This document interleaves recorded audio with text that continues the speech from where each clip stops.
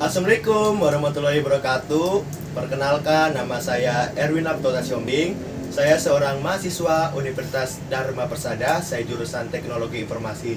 Dan saya ingin memperkenalkan anggota-anggota kelompok saya tugas kalkulus. Ya, berikut antara lain ya. Perkenalkan, nama saya Andreas Stephen Pangintan dari Universitas Dharma Persada, jurusan Teknologi Informasi. Assalamualaikum warahmatullahi wabarakatuh. Kenalkan, nama saya Hadid Fadil Marbun dari Universitas Dharma Persada, jurusan Teknologi Informasi. 3. Perkenalkan, nama saya Kristianus Ade Siombing dari Universitas Dharma Persada, jurusan Teknik Informasi.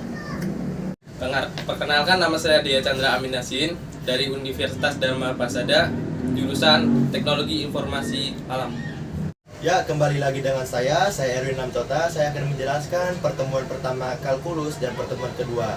Ya, di sini saya akan menjelaskan. Jadi, jumlah selisih hasil dan hasil bagi seperti bilangan, fungsi juga dapat ditambahkan, dikurangi, dikalikan, dan dibagi, kecuali jika penyebutnya 0.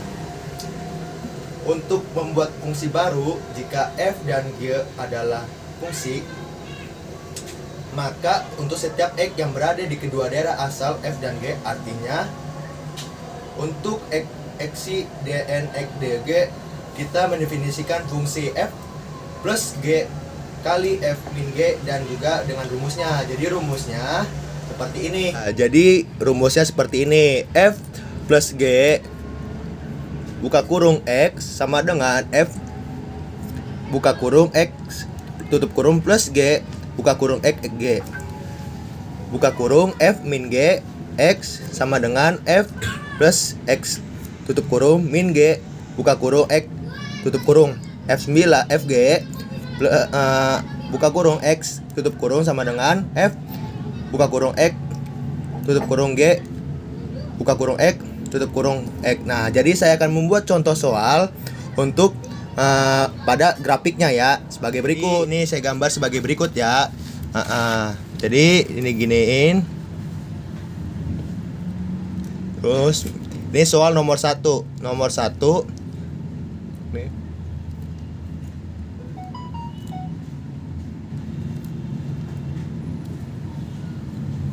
Nah, ini jadi untuk begini ada namanya pembahasan seperti ini.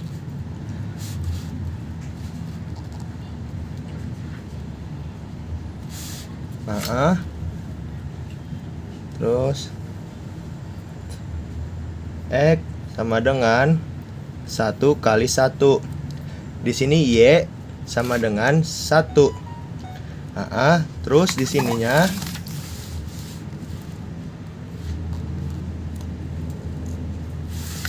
y sama dengan 2. Di sini 1, di sini 2. Nah, mengerti? Dan sekarang saya akan membahas pertemuan kedua. Lanjuti pembahasan kedua.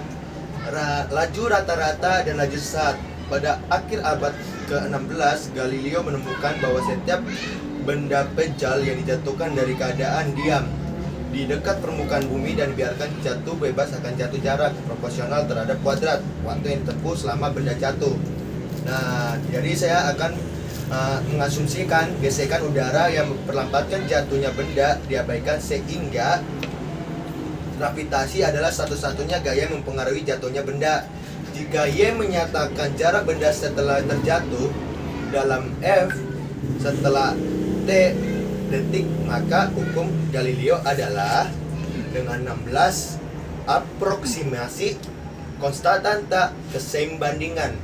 Jika Y diukur dalam meter, konstanta yang digunakan adalah 4,9. Lanjut, rata-rata benda yang bergerak selama interval waktu tertentu diperoleh dengan cara membagi jarak yang ditempuh dengan waktu yang dilalui. Nah, saya akan membuat contoh soalnya ya sebagai berikut. Jadi saya akan melanjuti yang pembahasan tadi. Ini contoh soalnya. Jadi tadi kan laju rata-rata benda yang bergerak selama interval waktu tertentu diperoleh dengan cara membagi jarak yang ditempuh dengan waktu yang dilalui. Nah, contohnya selama 2 detik pertama berapa? Jadi selama 2 detik pertama yaitu segitiga Y sama dengan segitiga T. Baru di sini 16. Kenapa 16? Karena 16 adalah aproksima konstanta kesembandingan. Makanya terus di sini 2 detik pertama, 2 disumbang 2 sama dengan 16. Ini buka kurung 0 terus 2, baru dibagi 2 kurang 0 sama dengan 32 Ft.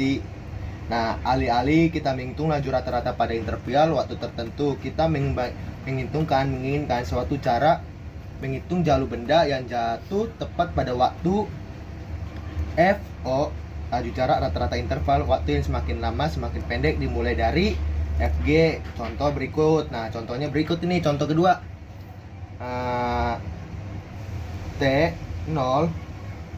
T0 plus H dengan kepanjangan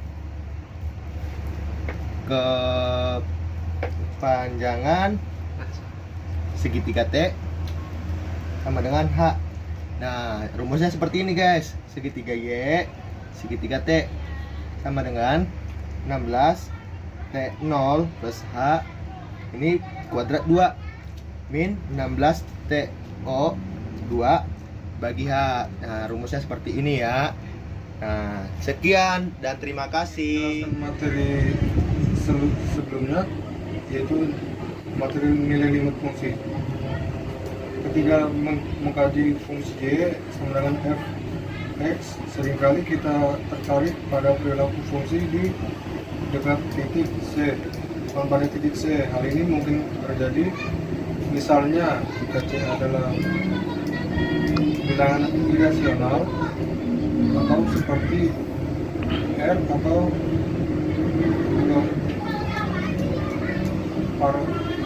buka kurung 2 yang nilainya hanya dapat diapproximasikan oleh bilangan rasional yang dekat-dekat di mana kita secara aktual menghitung fungsi tersebut. Situasi lain yang terjadi ketika kita mencoba menghitung nilai fungsi di C mengakibatkan adanya pembagian dengan 0 yang tidak terdefinisi. Tidak mengalami situasi ini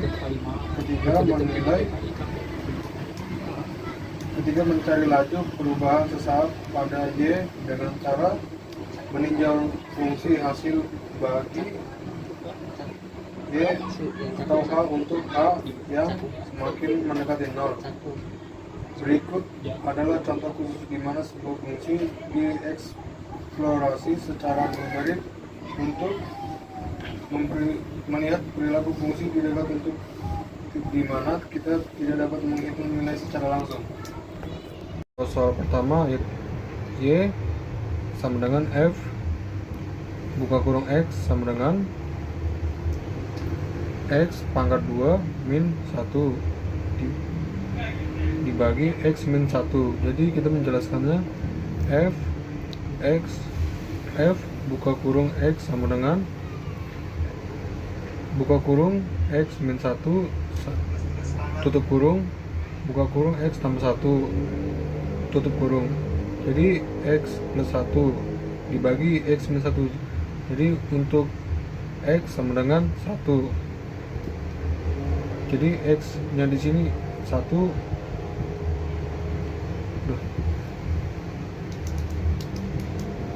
Jadi fungsi Y sama dengan akar kuadrat 4 min X pangkat 2 sama dengan, yaitu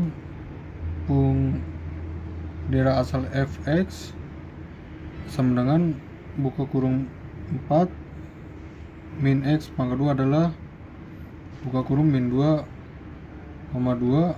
tutup kurung grafik fx berupa setengah lingkaran seperti pada gambar berikut. 2 berarti X akar kuadrat 4 min X pangkat 2. Saya akan menjelaskan yang kedua adalah integral. Di sini adalah saya akan menjelaskan tentang luas. Andaikan kita ingin mencari luas daerah terakhir R yang berada di atas sumbu X di bawah grafik Y sama dengan 1 dikurang X kuadrat, dan di antara garis vertikal X sama dengan 0 dan X sama dengan 1. Tidak ada rumus geometri sederhana yang dapat digunakan untuk menghitung luas suatu bentuk umum yang dibatasi oleh kurva seperti daerah R. Jika bagaimana kita mendapatkan menghitung luas R, maka kita akan mencoba mencari. Di sini 1 ketemu 1. Oh ini.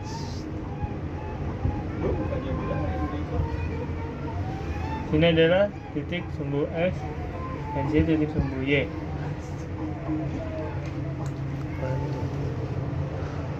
Oke, dapat mengoperasikan luas tersebut dengan cara sederhana. Memperlihatkan dua persegi panjang yang secara bersama-sama melihat daerah R. Lebar dari setiap persegi adalah 1,2. Maka A sama dengan, sedangkan tinggi persegi sebelah kiri adalah 1 dan tinggi persegi sebelah kanan adalah 3/4. Tinggi setiap persegi adalah nilai maksimum fungsi f di setiap subinterval. Karena fungsi f turun, maka tinggi persegi adalah nilai fungsi pada titik ujung kiri subinterval 0,1 yang merupakan atas persegi. Luas total kedua persegi yang mempromosikan luas A daerah R yaitu V di sini adalah 1 dikali 1/2 ditambah 3/4 dikali 1/2 sama dengan 7/8, atau bisa didesimalkan 0,875. Oke, di sini saya akan menjelaskan turunan fungsi. Sekarang kita menyelidiki turunan sebagai sebuah fungsi yang didefinisikan dari f dengan memperhitungkan limit dan setiap titik x pada daerah asal f. Definisi turunan fungsi fx terhadap variabel x adalah fungsi f yang nilainya di x adalah fx sama dengan lim h sampai o fx tambah h dikurang fx dibagi h. Kita menggunakan notasi fx dalam definisi ini untuk menekankan variabel bebas x terhadap mana fungsi turunan fx didefinisikan. Daerah asal f adalah himpunan titik dalam daerah asal f ketika nilai limitnya ada, yang berarti bahwa daerah asal turunan f mungkin sama atau lebih kecil dari daerah asal f. Jika f ada di suatu titik x, maka kita mengatakan bahwa f terdiferensialkan, dapat didiferensialkan atau memiliki turunan di x jika f ada setiap titik pada daerah asal f. Maka kita mengatakan bahwa f terdiferensialkan. Oke, di sini saya akan memberikan contohnya. Contohnya, fx sama dengan x dibagi x kurang 1. Caranya di sini adalah fx sama dengan x dikurang 1 dan fx ditambah h sama dengan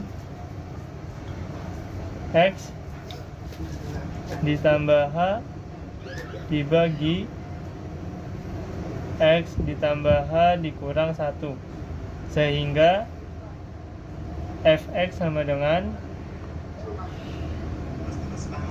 lim h sampai o, h sampai 0,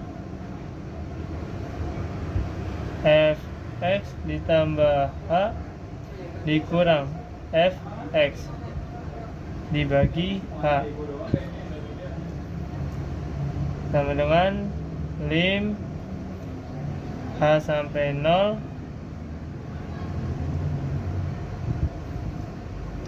x ditambah h dikurang X per X ditambah H dikurang 1 X dikurang 1 dibagi H. Maka lim sama dengan lim H sampai 0 1 per H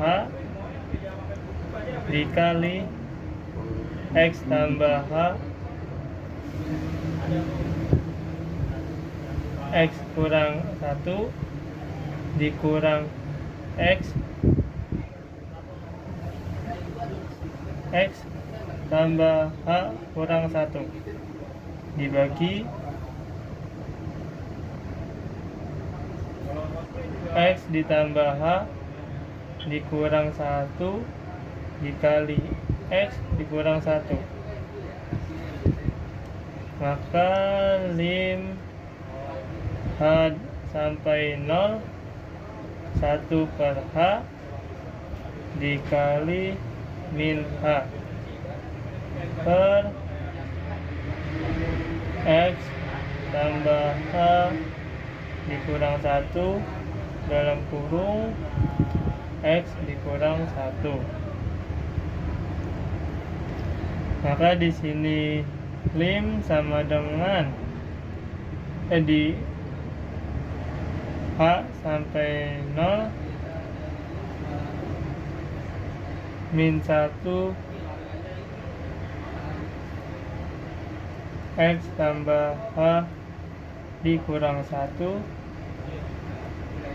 X kurang 1, maka hasilnya sama dengan min 1 per X kurang 1 akar 2. Oke, terima kasih. Saya akan menjelaskan tentang nilai ekstrim fungsi. Pada subbab ini menunjukkan bagaimana cara menemukan dan mengidentifikasi nilai ekstrim, maksimum atau minimum, fungsi dari turunannya. Jika kita dapat mengerjakan hal ini, kita dapat memecahkan berbagai variasi masalah optimasi. Daerah asal fungsi yang digunakan berupa interval atau gabungan dari beberapa interval yang terpisah. Nilai maksimum dan minimum disebut nilai ekstrim fungsi f. Maksimum atau minimum mutlak disebut juga maksimum atau minimum global. Sekarang saya akan mencontohkan beberapa ekstrim mutlak dan fungsi-fungsinya. Contohnya seperti grafik seperti ini.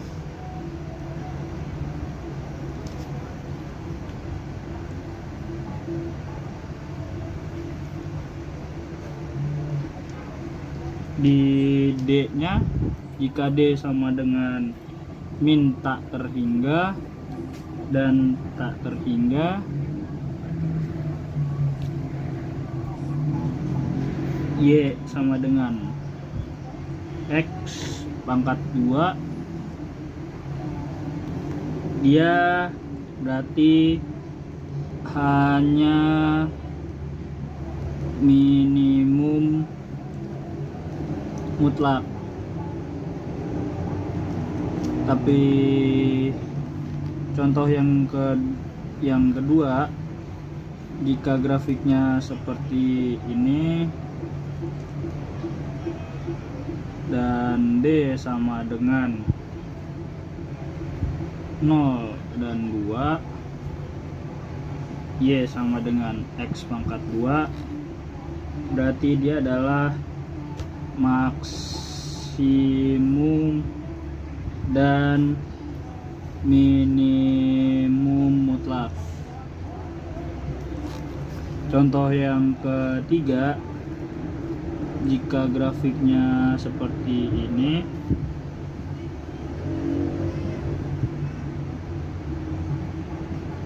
D sama dengan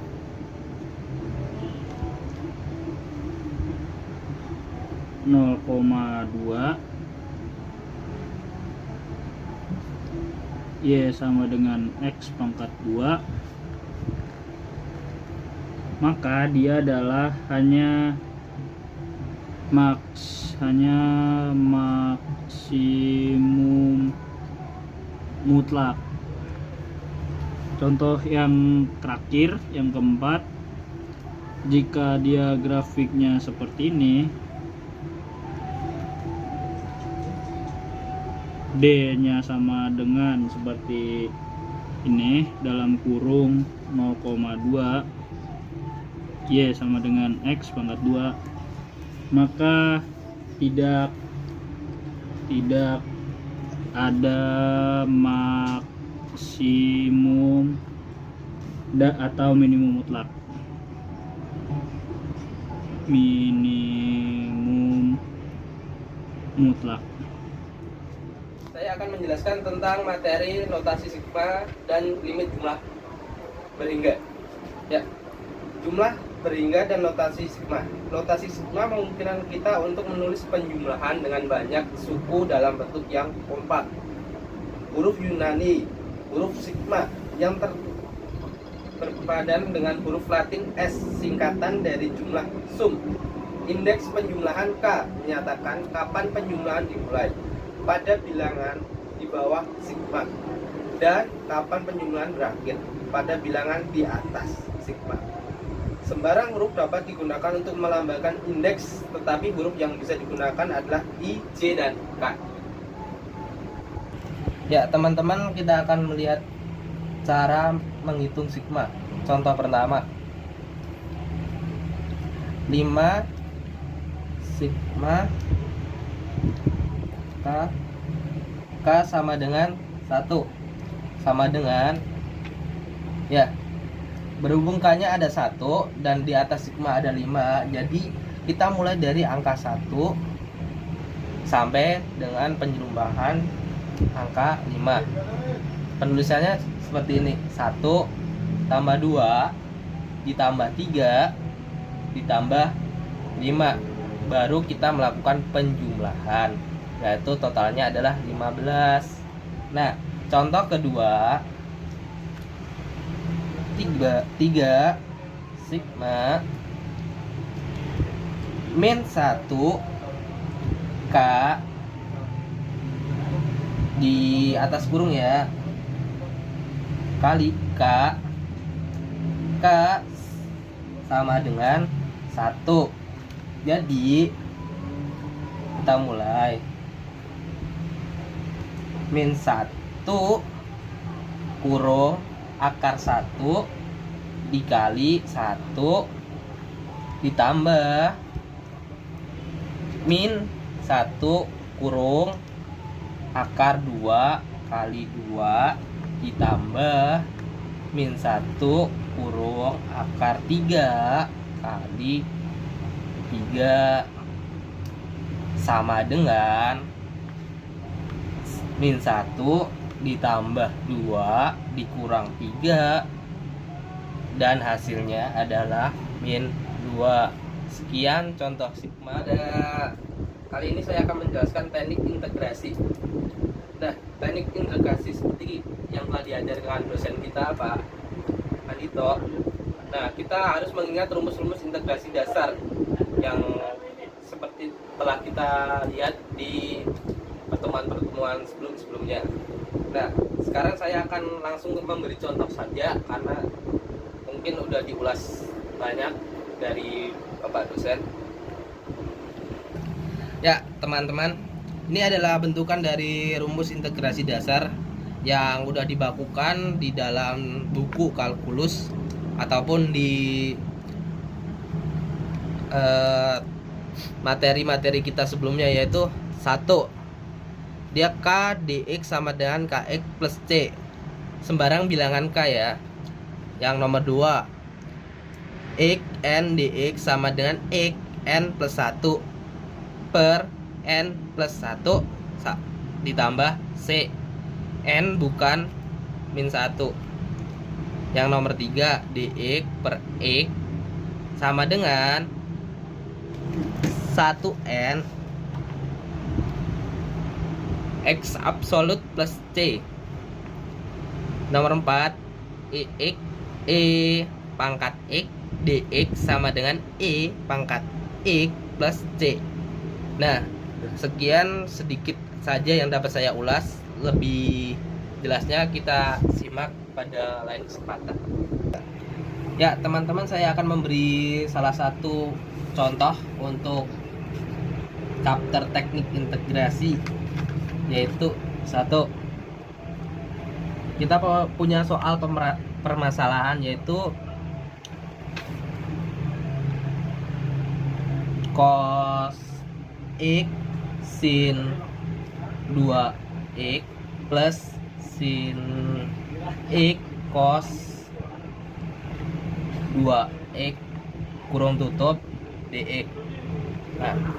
Nah teman-teman, kita akan menyelesaikan permasalahan dari soal ini, yaitu di sini kita dapat mengganti integrasi dengan ekspresi trigonometri yang ekuivalen menggunakan rumus identitas trigonometri untuk penjumlahan sinus agar diperoleh substitusi yang sederhana, yaitu seperti ini, sama dengan sin kurung buka X plus 2X kurung tutup dx sama dengan sin 3x dx sama dengan 1/3 sin u du. Nah hasilnya adalah 1/3. Nah sesuai dari tabel di atas yang telah didefinisikan di rumus integrasi dasar, maka sin berubah jadi cos 3x plus c. Nah sekian penjumlahan atau penyelesaian dari contoh soal di atas ini.